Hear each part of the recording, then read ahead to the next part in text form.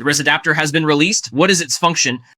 It can generate images with resolutions higher or lower than the model's training resolution. It covers its content in just 2 opening sentences. Here's another comparison. For example, the training resolution of SD 1.5 is 512 by 512. If our resolution is lower than or higher than 512 by 512, it's quite likely to cause problems. What situations may occur? Including but not limited to collapsed images. Multiple characters, multiple hands, multiple legs. Those who follow me have all used SD. If you've paid attention, you're probably very familiar with this situation. The SDXL model is also the same in this regard. The training resolution of the SDXL model is 1024 by 1024. If your resolution is higher than or lower than 1024 by 1024, it's quite likely to cause problems.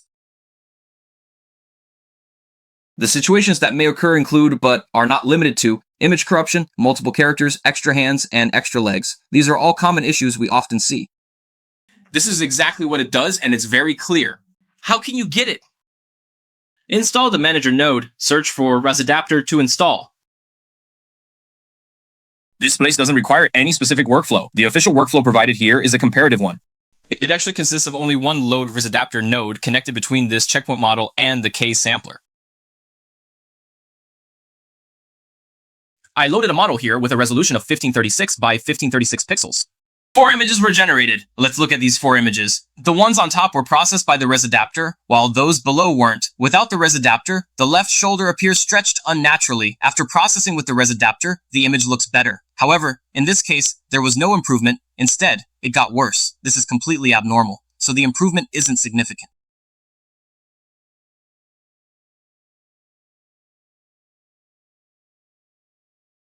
What if we use a lower resolution, like 256 by 256, without using the RESAdapter? It would just crash right away. If we change it to 768 by 768, the improvement isn't really noticeable. If we use 5112 by 5112, the improvement becomes very obvious here, and it's immediately clear which one is better. So, is it useful at all? It is definitely useful. I wonder if this place has any significance. It definitely means something.